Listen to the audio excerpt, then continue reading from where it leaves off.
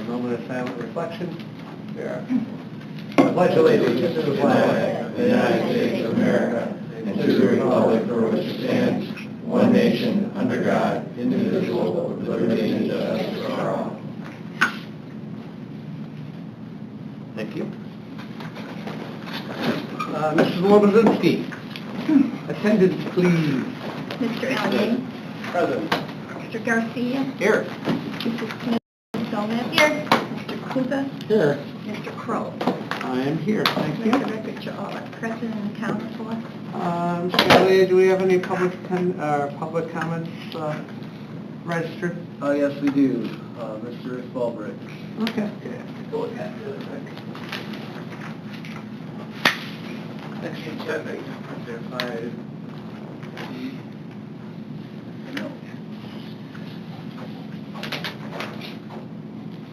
On the school resource officer? Okay. Can I begin? Please.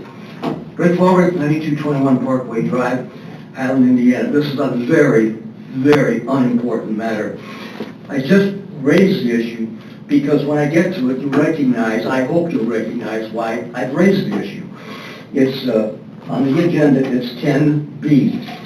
And to read the heading, Interlocal Agreement, School Resource Officer Program. This is part of the packet. It's about 7 or 8 pages long. It has to do with the interlocal agreement. If you would, if you're at all interested, we're going to Exhibit B.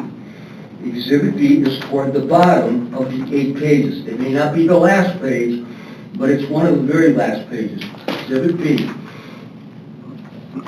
Number 1, Clause 1, B. Clause 1, right at the top of the sheet, B. It's sentence number 3. I'm going to read the whole sentence because it makes it easier to understand. This is how it reads.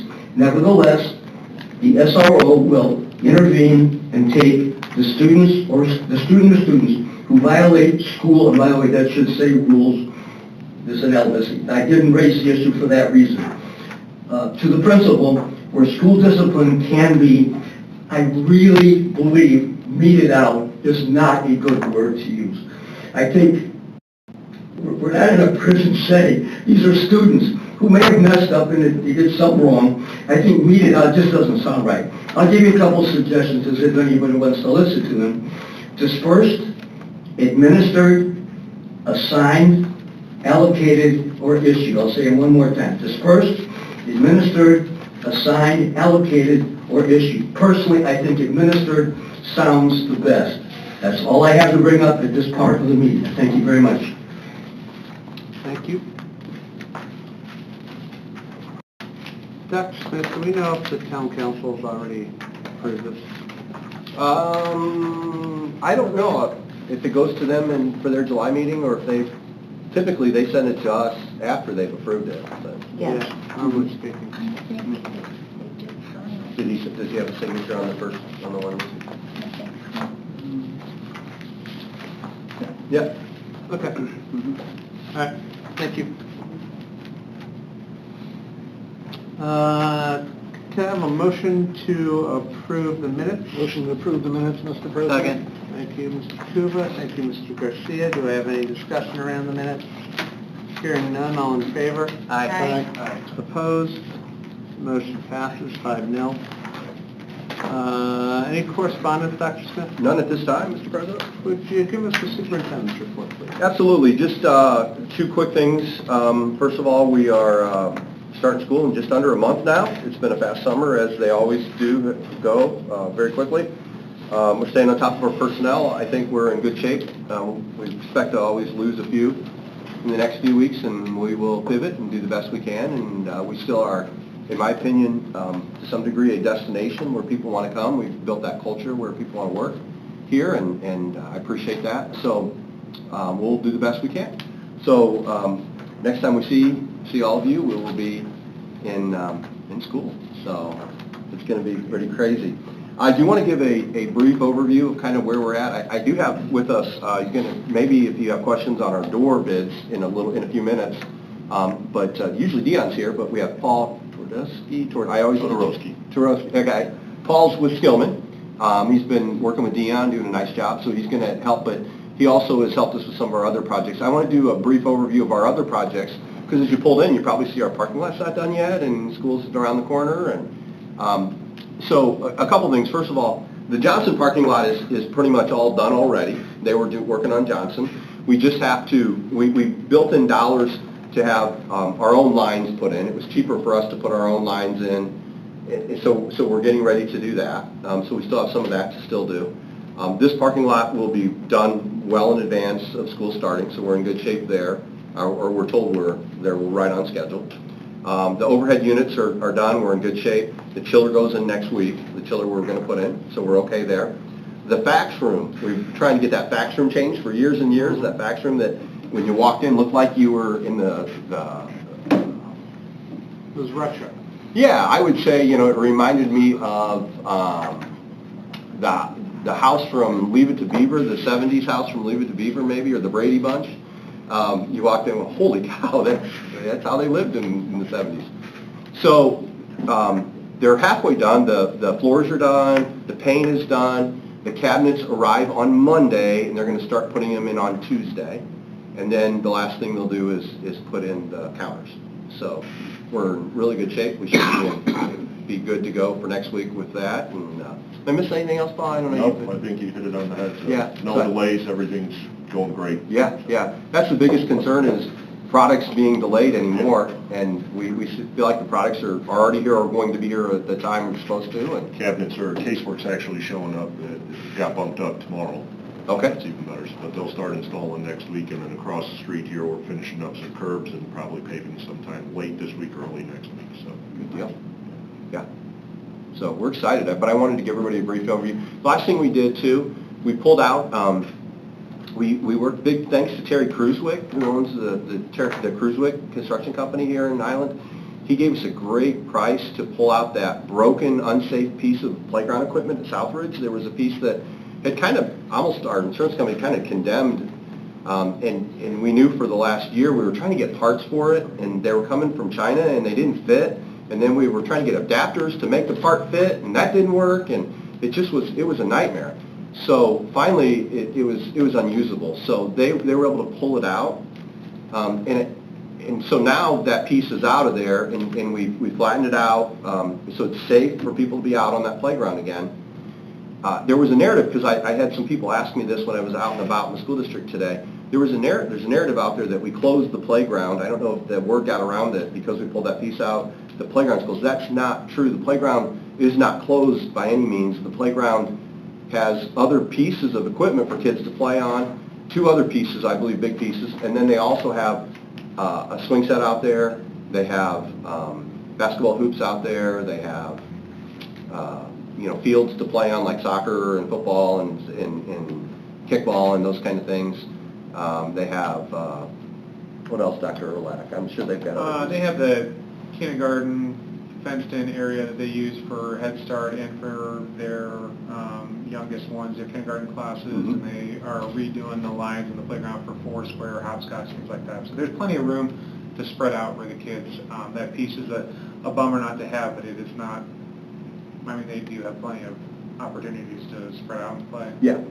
So, I just want to make sure as we talk about our construction, we did pull that piece out. It was an unsafe piece. We had to. And we will work with the PTO and try to decide if and when we ever replace that. With Senate Bill 1, we don't have the dollars to put into a $50 or $60 or $80,000 piece. But we still have the playground open for the community to use. Our kids will still have recess and have playground pieces, and we'll still be able to go out and play and get their energy out, which is what we want them to do when they're students and can do that. So I just want to make sure that the public understands that it is not a closed playground, and kids will never be able to play at Southridge Playground anymore. But that's kind of where we're at with construction, and I think we'll be in good shape by the time school starts. And that's it. All right. Thank you, Dr. Smith. Board reports. Ms. Riley, anything? Nothing to report. Ms. Garcia, anything? I had the Highland Griffith Chamber meeting last week. We had a presentation from Purdue Northwest on the work that they're doing to help small businesses in particular transition their business as folks start to retire out. So one of the challenges we're seeing in Northwest Indiana is small, medium-sized business owners, if they're owned by folks that are coming into retirement age, it appears that the families aren't as interested to keep the business going. And what's happening is we're losing those businesses to larger corporations and that aren't as willing to support Little League or the schools, so there's a significant impact to the community when that happens. And so Purdue Northwest is starting this new initiative to help with succession planning. So it was very fascinating. It was great. I would highly encourage anyone interested to reach out to Purdue Northwest. All right. That's it. Thank you, Mr. Garcia. Ms. Gilman. Yes, I attended the NISEC meeting last Wednesday, July 9th. Staff changes for the 2026 school year were discussed and approved, and we talked about this like last meeting, but there's a lot of restructuring this year, so be patient with our staff. Some people will have different hours than they had before. The Anderson Foundation awarded a grant to NISEC in the amount of $10,000 for therapeutic art and music services. They've had this grant for the past few years, and it really does make a huge impact on what they can do, especially at Eagle Park. The Crown Point Community Foundation awarded a grant, yes, Crown Point, to NISEC in the amount of $2,785 for the purchase of the remaining language-based curriculum materials and manipulatives for the early childhood program there. So they were very pleased with that. And as always, especially during this time of year, I like to remind everyone that NISEC does have open positions available if you know someone who would like to work in a school during school hours especially. So if you are someone you know might be interested, please look on their social media sites. You can contact me, or you can call Eagle Park directly. That's it. Thank you. Scrivener, nothing to report, Mr. President. Redevelopment met last night. Nothing new to report there. And Park Board will be meeting this upcoming Thursday. It will be Mr. Tim Diamond's first meeting as superintendent. That will be, the location is changing for the Park Board meeting, so those will now be at Lincoln Center. Same time though, so 6:30 exec sessions, 7 o'clock studies or board meeting. The 4th of July Fest did take place. Pretty successful, good crowds. Everything is kind of being tallied up to get some final numbers. It was the first where the Highland Committee of Community Events was overseen by the Park Board. They also oversaw the parade. So our band was there. They sounded great. We were talking to them a little bit before. Thank you for the donation on the candy. Thank you for getting the candy. And it was good seeing everybody march through. So that was great.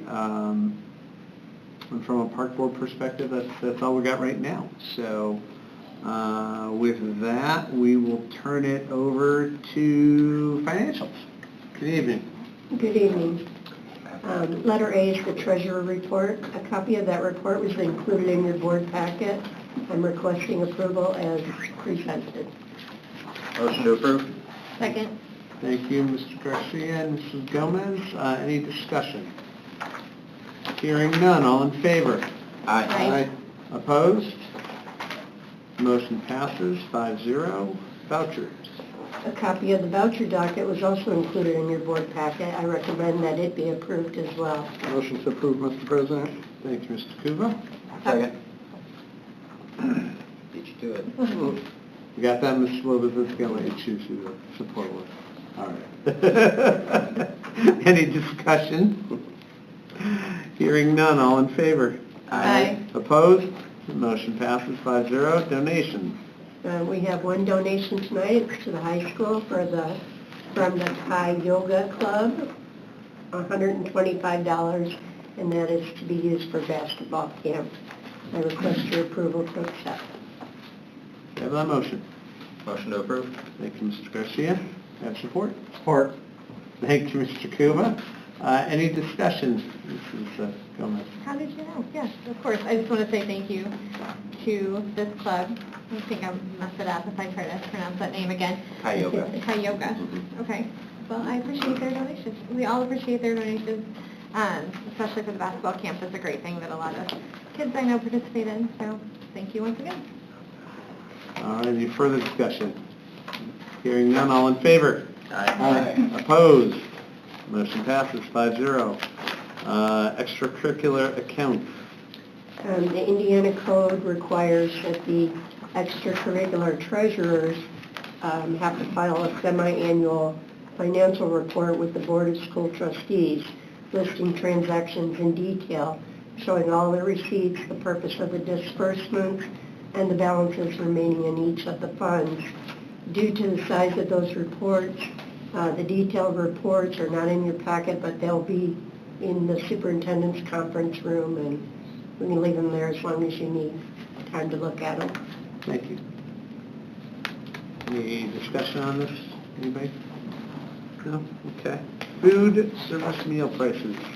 Mrs. Brittany Luster, Director of Food Services, is recommending that we increase the current student and adult meal prices by 25 cents for the 25-26 school year. Increasing food costs are mandating this increase in price. The milk prices will remain the same. Below is the chart.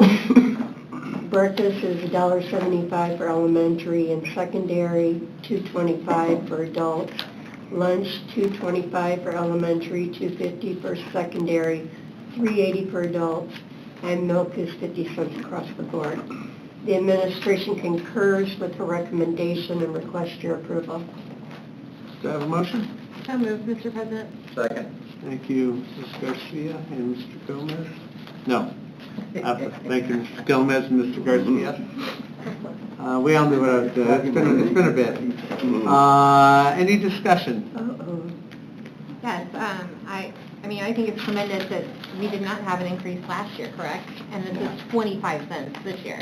So it's just amazing work to be able to bring affordable food to our students here in the district. I actually had a question. I'm not sure, the proper folks are in the audience to answer this, but I think there may be. With all the changes at the state level and through executive orders and at the federal level, how is that impacting the assistance programs for our students? Because traditionally we've had a rather high amount of student population who receive meal assistance for breakfast and lunch. Any idea? The qualifications change at all? Yeah. I haven't heard that the qualifications have changed, but I had heard that they're going to have to check each and every application, whereas before it was a sampling, a certain number of the applications. I'm sorry, who's they? The Food Service Department, Okay. Brittany Luster and her assistant, Nancy Okay. Santiago. So that's something we're going to have to take on in-house. Yeah, Oh, yeah. so that's it's going to be a big undertaking for them. Budget reconciliation ended presumptive eligibility. So if a family is eligible for SNAP, WIC, or TANF, they are presumed eligible for the National School Lunch Program. That is ended, so now we have to certify the income requirements for a National School Lunch Program. So our administrative team will have to spend significant more time certifying that as opposed to just checking. If you're already in a program that has the same income requirements, then you're good. An additional application as well. Do they Right. have to file an It will application? also likely lead to parents not applying because they don't understand the process. Yeah, which means, we'll build up a balance, a negative balance, because we're never going to let a kid not eat. Right. And the old days of peanut butter sandwiches, those days are gone. We ended that, so I'm not going to do that stuff. And it's not a kid's fault that he or she doesn't have food, so I'm going to feed a kid. So we build up our negative balances. We didn't have negative balance when every kid got a lunch and breakfast. And now those days ended a few years ago, and it's unfortunate, but it is what it is. So we'll, Will it also affect our free and reduced lunch rate, I presume? We do receive grants based on that as well, correct? Correct, yeah, I was just going to add to your point, parents who aren't used to filling out that application if they haven't needed to in the past may miss the deadline and forget to, so it's going to be a lot of on us to make sure that that message gets out that I would almost go so far as to say even the ones that may not need to or want to take advantage of, because it does end up, to your point, impacting and affecting positively the money that we get for Title I services. The higher our free and reduced rates are. So, yeah. And that department that's going to be dealing with all that is 2 people. 2 people, yeah. So yeah, it's a big load in the beginning of the year. Traditionally, we've had, correct me, 55% of our student population? High 40s. High 40s? Mhm. Okay, so 50-ish, okay. So that's significant. I'm going to look at Ethan a little bit too, because I'm not going to tell him what to do, but do we perhaps need to start through our social media services alerting people of the changes that are going to be downstream impact them, so they're going to have to come in or online, I presume, and apply. They have to have documentation that supports their application, just to ensure that proper assistance is needed. Yeah, we'll try to reach them in a lot of different ways. Right. We're going to have to. Okay. Yep, absolutely. And then I know historically our community has been extremely generous, and we have had periodic organizations come forward and cover the negative balances to ensure that everybody can continue to eat. So I thank them in advance and look, that these kids are probably going to need some help that they didn't traditionally need. But, okay, thank you for that. So, any further discussion? Hearing none, all in favor? Aye. Opposed? Motion passes 5-0. Buildings and grounds reports. A copy of that report was also included in your board's packet, and I'd be happy to answer any questions. I just can't believe that we still had a CRT TV in one of our rooms. Like, that's insane. I think it's a boat anchor now. Yeah. Yeah. Any other discussion? All right. So now we are on to the interlocal agreement for our SRO officer program. We are requesting your approval of the interlocal agreement between the civil town of Highland and the school town of Highland for $105,067.50. This agreement provides for a school resource officer for the 25-26 school year, and this price includes a 3% increase in salary and a 10% increase in benefits for the police officer. Motion to approve the interlocal agreement school resource officer program. Second.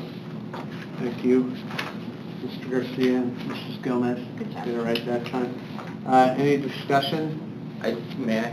Please. I just want to clarify that we did not write the interlocal agreement. The civil town wrote the interlocal agreement, so we didn't have any input on verbiage used.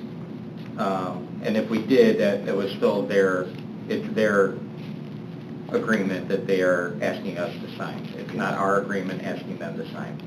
Correct. Okay. I think next time I see Mr. Herrick, I'll let him know the feedback. And I'm not sure if it was the chief or Mr. Herrick that wrote this, but we'll leave it up to them to adjust for next year. Great. Thank you. Any further discussion? Hearing none. All in favor? Aye. Opposed? Motion passes 5-0. Door hardware bid. Okay, the administration advertised for bids in both the Post-Tribune and the Times on June 3rd and June 10th.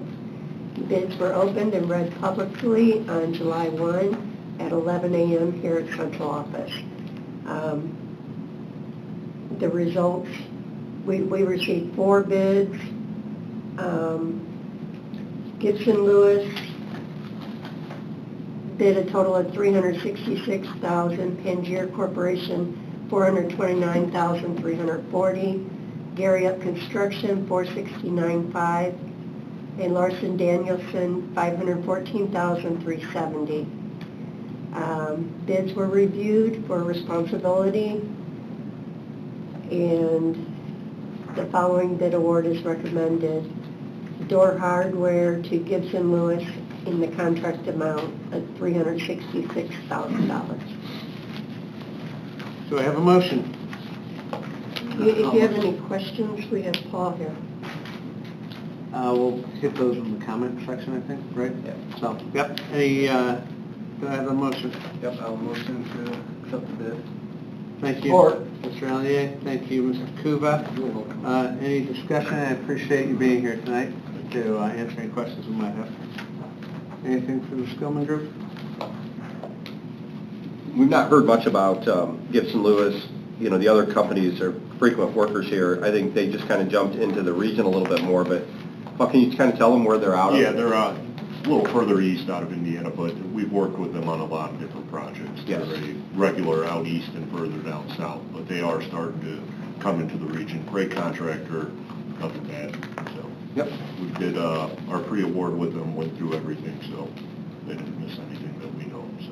Okay, great. Do we have a tentative timeline on how long this project will take? The longest portion of this is submittals, just because there's so much door hardware and you're basically touching every single school and every single lock in every single school. So that'll probably be a 3 to 4 week process, and then you've got about 6 to 8 week lead time on the actual hardware. So we're pushing somewhere in October of starting some of this work. So yeah, it'll be some time. Great. And Dr. Smith, will this have any negative impacts to the school day curriculum? Not at all. No. If we're doing any work during the, like if some of our guys are doing cores, they'll make sure they're not loud when they're doing them, but, you know, we can also do things in the afternoon, you know, after school as well, so. Yeah. You're looking at probably 2 to 3 guys max, just walking around changing out cores and hardware, so. And just for the sake of discussion, these are our own guys that are going to be doing it. We're not bringing in any external service. Right, we have our carpenters are going to be doing a lot of the cores. I don't know, did they have workers? Yeah, they'll have, Gibson Lewis will have workers doing work as well. Will they? Yeah, Okay. we'll have them badged, they'll go through Safe Vendor site, and they'll work with Mike and Russ every day on getting access to the schools just like we are now. Yeah, Okay. for a lot of the door hardware stuff. Yeah. Okay. Mm-hmm. Thank you. Yeah, worked out well. One more question. Mhm. So this is, and I know we've talked about it before, but just to reiterate again, this is another layer of safety. Like, that's why the project is ongoing, correct? Yes, we did it really for 2 reasons. Number one, our patent on our keys was up. So, you know, because you can't just take a key, a school key, and go and copy it at a locksmith or at a Menards or wherever. And so that patent was up, and so we knew we needed to do something. And second, from a security standpoint, you know, over the years, I'm sure there's keys that are still floating around. We do, I think our athletic director, our current athletic director does a great job of, when coaches come in, if he has to give them a key, getting it back if they leave, if and when they leave, or when their season's up.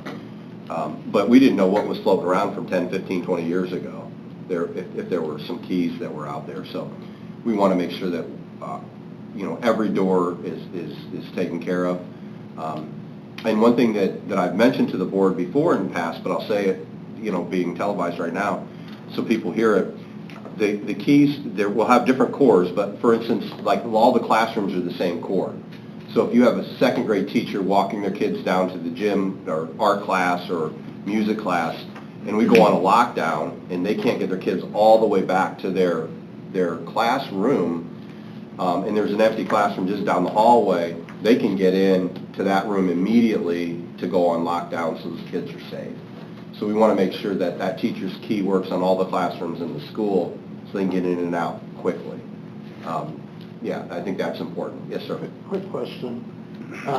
Just to clarify, because you said empty classroom, I'm assuming, right, just to make sure it's clear since we're doing it, if they're walking by and there's already a class in there, they're going to take the kids in there too.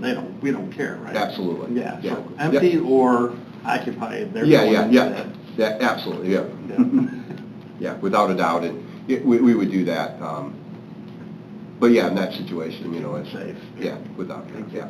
We just didn't want the teacher to say, well, I didn't have a key to get in there, and, you know, and then, unfortunately, we learned some lessons from Sandy Hook and other places where the kids who were killed at Sandy Hook, it was because the substitute teacher didn't have a key to lock the door. All the other, they did everything right, they locked the entire school down, and the police were coming, the principal was killed as she tried to stop the person. They did a good job of everything except for the kid got into 2 rooms because the key didn't lock those 2 doors. And the kids in those 2 rooms were killed. And we don't want that to happen in School Town Highland. So we're taking care of it now.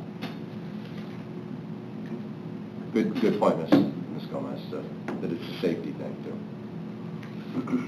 Any further discussion? Hearing none. All in favor? Aye. Opposed? Motion passes 5-0. If you want to get out of here, you can. Yeah. Thank you. Thank you. Appreciate it. Safe Nice travels. Thank you. On to curriculum. Okay, you're going to miss the good stuff. You Paul. go to speak and you couldn't get out of here fast enough. He's not coming back. We saw the thickness of it. Yeah. NEOLA policy updates are presented in your board packets for your review. The first set is an EDGAR UGG update covering policies related to grants and finance. If you're curious, as I know I was, that stands for Education Department General Administration's Regulations and the Uniform Grant Guidance. The second set of updates is a July 2025 special update, and that's in response to the recent newest legislation from the DOE that's effective starting July 1st. These updates are your first review and are open for any questions or comments. Open for discussion. You're a big NEOLA policy guy. Yeah, my question is if there's no Department of Education, is there an EDGAR UGG? Fair question. Fair question. A lot of policies.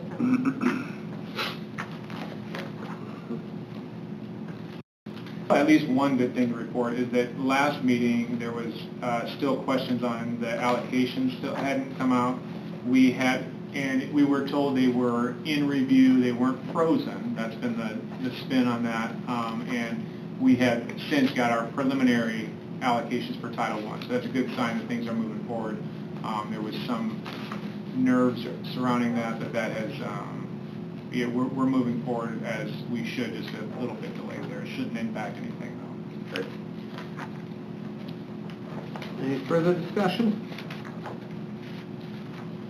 All right, on to the handbook. Okay, also presented in your board books are the Highland High School handbook changes for the 25-26 school year. The main additions are consistent again with that new legislation from the Indiana DOE effective July 1 regarding school attendance, personal electronic devices, and the newest iteration of the high school diploma requirements. They're reflected in the highlighted sections on the following pages in your books and ready for your approval. Just so we could publicize it, would you mind kind of going into the cell phone piece? Because that is going to Yeah, that's going to be the one hot that's going to topic draw. in the high school. Yep. If you don't mind, I mean, does anybody object to that? Just to make it clear to anybody listening at home? Let's see where you outlined it, because I want to read it from the book. Yeah, I know it's page 63 towards the back of that, Dr. Lack. It's the last page. Okay, thank you. It's called in 63 is what I'm looking at. Yeah. Okay, so when they say personal electronic devices, obviously they're talking about cell phones. They may only be used by students before and after school and during lunch. Consequences for improper or ultimately use will range from conference to recommendation for expulsion. Obviously that's extreme. The purpose of this policy is to minimize distractions, maintain academic integrity, and create focused and respectful learning environment at Highland High School. At Highland High School, students are prohibited from using cell phones or personal electronic devices during instructional time unless they receive explicit permission from a teacher or staff member for educational purposes. Devices covered by this policy: cell phones, smartwatches, tablets, earbuds, headphones, gaming devices, or any other personal electronic device not explicitly identified but provided distraction from the learning for the student or for those around them. Watches and glasses, like the Google Glass, things like that are included in this. But that's it is a response directly from legislation. So it's going to be a little bit tighter than it has been. I know they tried to up the ante last year, but now with the backing of the DOE, it's going to be a difficult transition for some that are addicted to the use of it, period. And but ultimately, we think it's still going to be a positive impact for the students and for the teachers in the classroom to not have those distractions. And as you hear complaints from kids and maybe community members, it's law. But the reality is it's the law that they passed, and we're going to follow the law. All right, do we have a motion? Motion to approve, Mr. President. Thank you, Mr. Kuba. Do I have support? Second. Thank you. Ms. Gomez, any discussion? I have another question related to the absence classification. There's been a lot of talk about that. Can you talk about that just a little bit, or just read it to us? Maybe. I feel like I've read it a bunch of times, and I'm still like, I'm not sure how it works. It is really, I guess it's a little bit long to read, but what I'll say, it was the same policy we released last year, because it was covering K through 8 last year. That's encompassing K to 12 at this point, but basically, they're trying to cut down absences, unexcused or excused. They're counting them all. We internally keep track of our unexcused absences. We, at the 5 absent mark, we are required to do a attendance call or conference. We've handled that by making calls and sending expectations of parents, expectations of school, contract to sign, and then at the 10-day mark, they may be reported to CPS for an attendance violation based on this code. So I have a monthly reminder set to make those calls, and then the DCS representative will either screen them out for further, or screen them in for further investigation, or screen them out, because we go through everything based on from their absences to their grades to discipline, things like that. So they'll take all that information and go from there. This is another one of these. We'll probably hear some kickback from parents, but again, because they don't split hairs too much on the excused and unexcused. We still make that delineation inside of our student information system for our own sake, because things come up, and you have religious exemptions, you have college visits. Thank you. I'm thinking of the name escaped me. I got to go to court, but I'm the person who... Jury duty? There it is. Jury duty, another exemption. But anyway, when these things add up to 10 or more, then they could be subject to a CPS call. Yeah, and I want to reiterate, Dr. Erlach said could be. That doesn't mean when it hits 10, we're turning you over to Child Protective.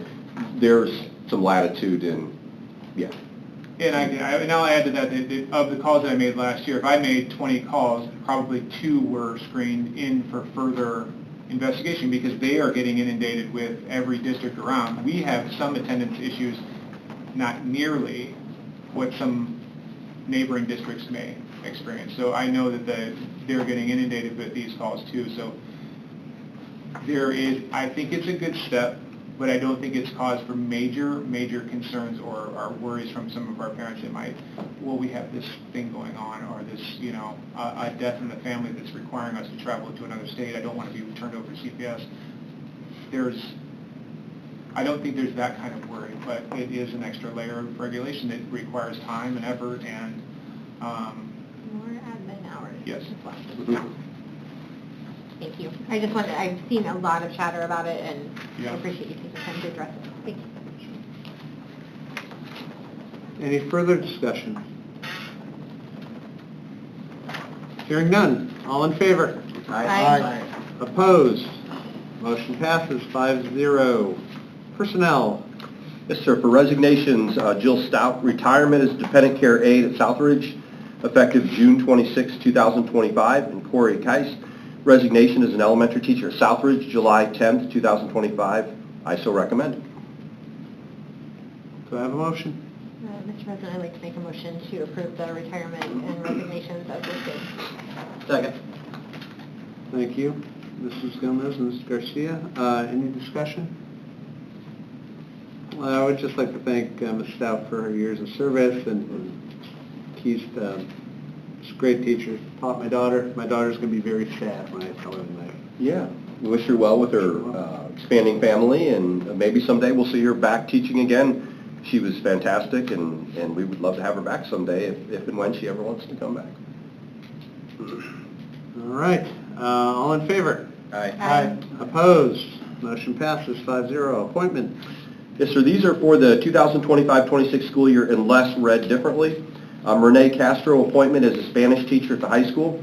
Rachel Roberts, appointment as an elementary teacher at Warren. Michelle Alvarez, transfer from the supervisory aide to Title I paraprofessional from the high school to Johnston.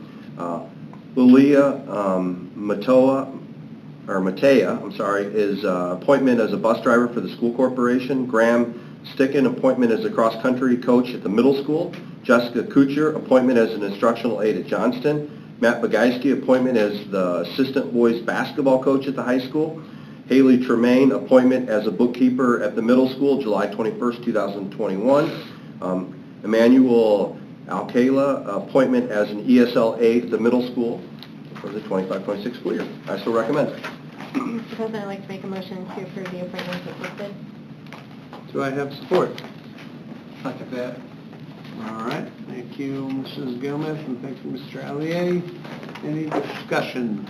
To clarify that, Haley Tremaine is July 21st, 2025. 25. I said 26, didn't I? You said 21. It's 21. Wow. I do have a cold. I don't feel good, so maybe I didn't read. 21. Blame it on the Holy cold, cow. Elizabeth. I hope we don't know we're back page. Wow. Okay. Thanks for catching that. Mm-hmm. Both you and Mrs. Gomez. So, any further discussion? Hearing none, all in favor? Aye. Opposed? Motion passes 5-0. And that will do the active agenda, so we'll now be open up for public comment. Please step forward to the podium. As you're stepping up, just a reminder for anybody who wants to comment tonight, we will not comment on individual students, individual employee issues, or any active investigations. With that, I turn the podium over to you, sir. My name is Rick Baldrick, 9221 Parkway Drive, Highland, Indiana. There's a couple of things I want to raise issues about. I'm not expecting any answers. I always call it laying it on the table. I'm just going to lay some information on the table. And I will be applying for the information tomorrow or the future day. We've got the target number for the school year 25-26 for the out-of-district students was 60 for kindergarten and 26 for grade 1. Apparently, the numbers as of right now, today, we have, the process isn't complete yet. I want to emphasize the process is still ongoing. Apparently, there's still 29 students that are in kindergarten who are still in the completion process, and there's 12 students in grade number 1. I would like to indicate, I would hope that we would publicize this information. Let's go back to the year 23-24, that's 2 years ago. We allowed in students from kindergarten through grade 10. My question to you right now, and I'm not looking for an answer, is how many of those students are still with us coming up here in the school year of 25-26? Let's go back 1 year ago, the school year 24-25. We were looking for students in kindergarten through grade 7. The question I have, not for you, I will pose this question tomorrow in the Administration Center. How many of those students are still with us through the year 25-26? I know we haven't started school yet, but this information is of interest to this community. It's our schools, it's your schools. It's kind of like, it's a piece of information you may think is unimportant. I think not all. There are people who are interested in this kind of information. And I think it's of interest to answer that, so to speak, rhetorical question. I thank you for your time. Any further comments?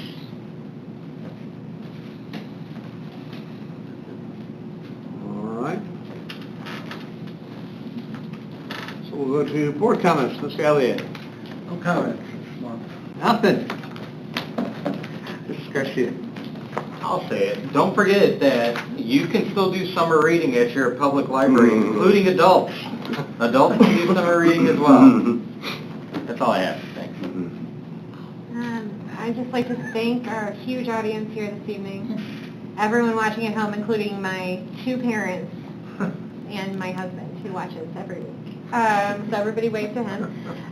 No, but seriously, thank you anyone who listens. We do appreciate everyone being here and listening and watching online. That's all we have. I hope it's on the big screen. Mr. Kuba. All I have is keep having a good summer, because school's going to start next month. That's all I have. It is. Yeah, I know there's been a lot going on through the summer, so I appreciate everybody that's been involved in the various projects that have been going on. We've got some schooling going on. We've got camp, I always forget the Camp Invention. Invention. I always want to say something else. Yeah. So Camp Invention is cooking.